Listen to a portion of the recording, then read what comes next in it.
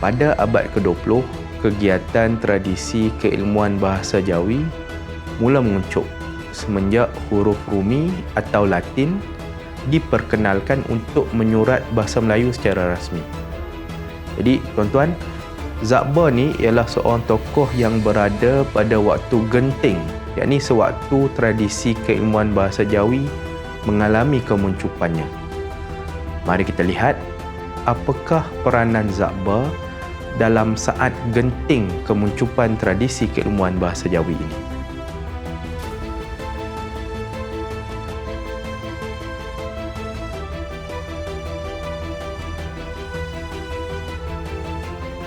Zainal Abidin bin Ahmad ataupun nama ringkasnya Zakbar sungguh masyhur dikenali sebagai ahli ilmu bahasa Melayu yang ulung. Keahlian beliau dalam ilmu bahasa dapat diperhatikan daripada pelbagai karangan keilmuannya yang mencakupi keseluruhan ilmu bahasa. Tumpuan utama Zakbar sebagai ahli ilmu bahasa semenjak beliau bergiat dalam lapangan bahasa ialah untuk menyelesaikan permasalahan ejaan Jawi yang dianggap tidak seragam. Jadi semenjak tahun 1918 Masihi lagi, beliau telah berusaha mengumpul, mengatur dan cuba mengeluarkan hukum ejaan bagi kata-kata Jawi bersumberkan karya-karya Jawi terdahulu dan sezaman dengan dia. Dari sini, beliau berjaya menyiapkan rangka kasar karyanya, yakni sekitar tahun 1920 hingga 1923 Masihi, dan kemudian diterbitkan dalam bentuk buku yang berjudul Rahsia Ejaan Jawi pada tahun 1929 Masihi. Buku Rahsia Ejaan Jawi ini meneroka dengan begitu mendalam mengenai apakah dasar dan asas huruf dalam bahasa Melayu Jawi serta kaitannya dengan makhraj, bunyi serta sebutan. Kemudian dalam buku yang sama, dalam bahagian yang kedua, barulah Zakbar membahaskan mengenai kaedah-kaedah ejaan Jawi. Jadi kalau tuan-tuan tengok daripada senarai isi kandungan bukunya ini, dapat dilihat kedalaman, tinjauan dan perbincangan Zakbar sungguh pun dalam bidang ilmu huruf Jawi ini sahaja. Keupayaan Zakbar untuk menyelidik dengan begitu mendalam dan mengaturkan ilmu huruf dan ejaan Jawi mendapat perhatian dan diterbitkan sebaris dengan tokoh-tokoh orientalis yang besar sezaman dengan beliau. Selanjutnya, Zakbar telah mengorak langkah dengan memperkenalkan perbahasan yang sangat rinci mengenai ilmu huruf dan ejaan Jawi. Lanjutan mengenai ilmu huruf dan ejaan Jawi yang mendalam ini digunakan sepenuhnya dalam karya beliau yang selanjutnya, yang penting juga, iaitu Daftar Ejaan Melayu Jawi Rumi yang diterbitkan pada tahun 1938 Masihi. Ikhtiar Zakbar dalam mengeluarkan Daftar Ejaan Melayu Jawi Rumi ini mengambil tempoh masa yang sangat lama, iaitu sekitar 20 tahun daripada tahun permulaan pengumpulan perkataan-perkataannya yang bermula daripada tahun 1918 Masihi. Zakbar ni hajat awalnya ialah supaya di akhir kerja pengumpulan ini dapatlah beliau hasilkan sebuah kamus Melayu yang lengkap dengan pemaknaan perkataan, contoh-contoh ayat serta simpulan-simpulan bahasa yang berkaitan.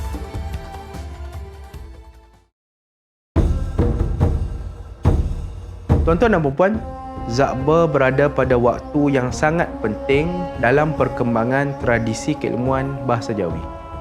Pada zaman beliau memerhatikan kepesatan pengaruh dan perkembangan tulisan Rumi untuk bahasa Melayu.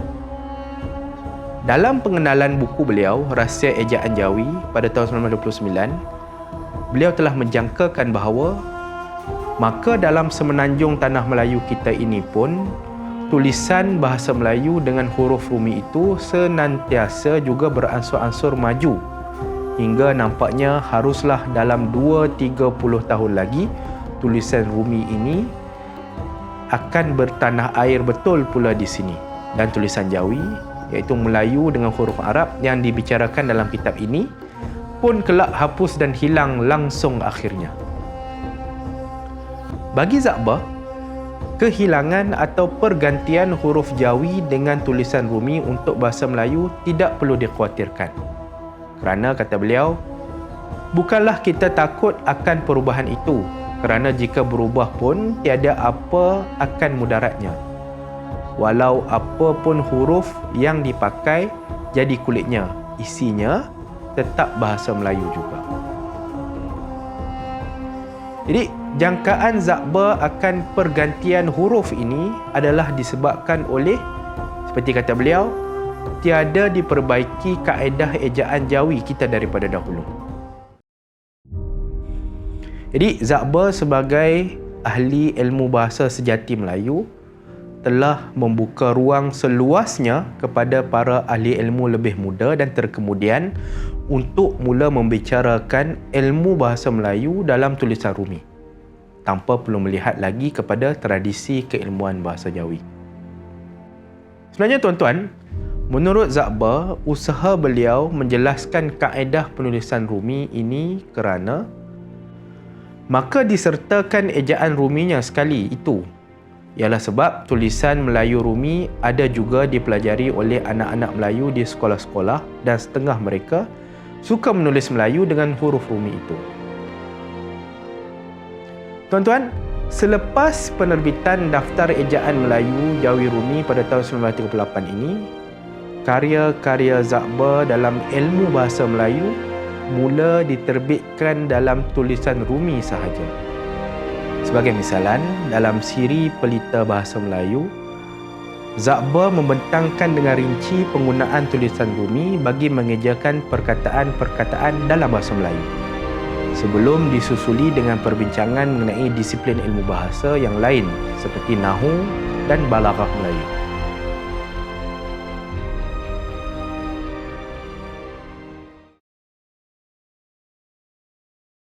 Kongres Persuratan Bahasa dan Persuratan Melayu bersidang untuk kali ketiga di Universiti Malaya, Singapura pada 16 hingga 20 September 1956.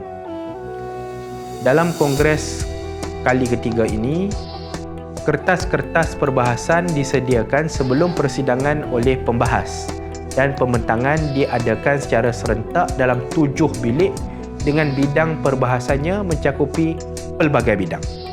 Kongres kali ini merupakan kongres yang sangat penting kerana ia bukan sahaja dirasmikan oleh Ketua Menteri Persekutuan Tanah Melayu pada waktu itu, Tunku Abdul Rahman, bahkan ia adalah peristiwa bersejarah yang menyaksikan para ahli ilmu dan pengarang berkumpul dan berbincang. Tuan-tuan dan puan-puan, menurut Prof. Abdullah Hassan, kongres ketiga ini membahaskan kedudukan dan kedaulatan bahasa Melayu dalam bidang pendidikan dalam negara baru yang bakal merdeka. Dan akhirnya ialah mengenai perihal huruf Rumi sebagai huruf rasmi bagi persuratan Melayu yang baru. Jadi, dalam kongres ini, Zakba telah berhujah bahawa kekuatan dan pengaruh bahasa Indonesia dalam membentuk bahasa serantau di alam Melayu tidak dapat dinafi atau ditolak lagi. Dalam satu kertas perbahasan dalam kongres itu, Zakba telah menulis mengenai bahasa Melayu dan tulisannya. Dan dalam kertas ini, beliau menyenaraikan sebab kenapakah bahasa Melayu di Malaya perlu sekarang menggantikan huruf Arab ataupun huruf Jawi itu dengan tulisan Rumi. Kata beliau, bahasa kita Melayu berlainan sekali daripada bahasa Arab. Jadi, segala kelebihan huruf Arab menuliskan bahasa Arab itu tidaklah dapat terpakai kepada bahasa Melayu. Huruf Arab ialah pinjaman juga kepada kita, sebagaimana huruf Rumi. Bahkan hak kita sendiri dari asal dan bukan pula pinjaman yang telah cukup sempurna dibuatkan pemadanan kepada bahasa Melayu semenjak beribu tahun. Kata beliau, huruf Arab tidak lengkap bagi menggambarkan bunyi-bunyi saksi Melayu. Dan hingga sekarang, sudah 700 tahun, belum juga dibaiki cukup bagi melengkapkan apa-apa kekurangan itu.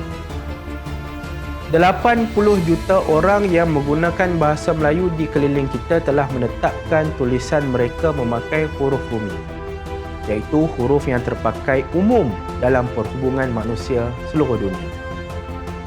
Jika kita tetapkan tulisan Melayu kita dengan tulisan Rumi, kita akan menyatukan diri kita dengan yang 80 juta itu. Kata Zak Ba lagi, pendeknya kedatangan tulisan Rumi menggantikan tulisan Jawi itu apabila terjadi kelak, tidaklah patut ia menduka citakan. Kerana walau apapun huruf yang dipakai jadi kulit, tetapi isinya tetap bahasa Melayu juga. Persuratan agama Islam dan pengajiannya dalam tulisan Jawi tidaklah boleh dijadikan hujah. Jika dijadikan juga, maka ia itulah hujah yang lemah dan bodoh. Tuan-tuan dan puan-puan, usul Zak Ba ini disambut oleh sebahagian besar peserta. Dan akhirnya, mereka bersepakat untuk merasmikan tulisan Rumi sebagai tulisan rasmi Melayu yang baharu dan membiarkan Jawi hanya sebagai tulisan alternatif hingga masa menentukan nasibnya.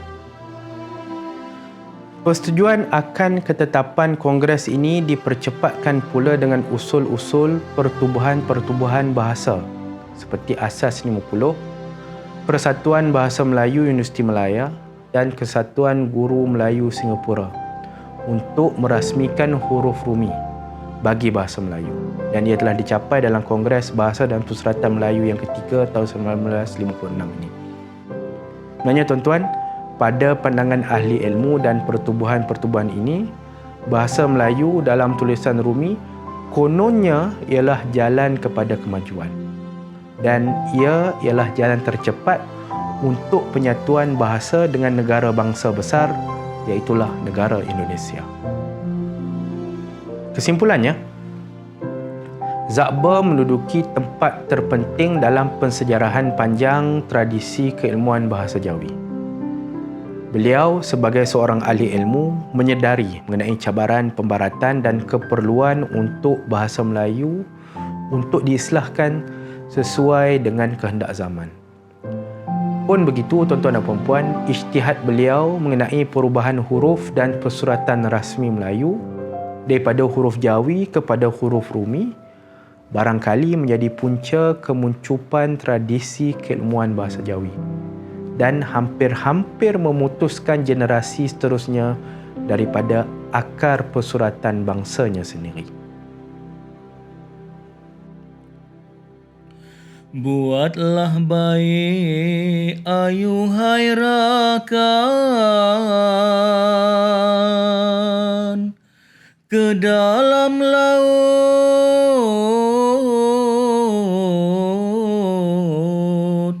kamu campakkan.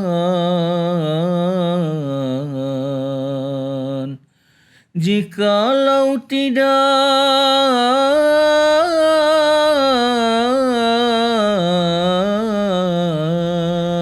dikenal ikan, Tuhanmu tahu iakah bukan.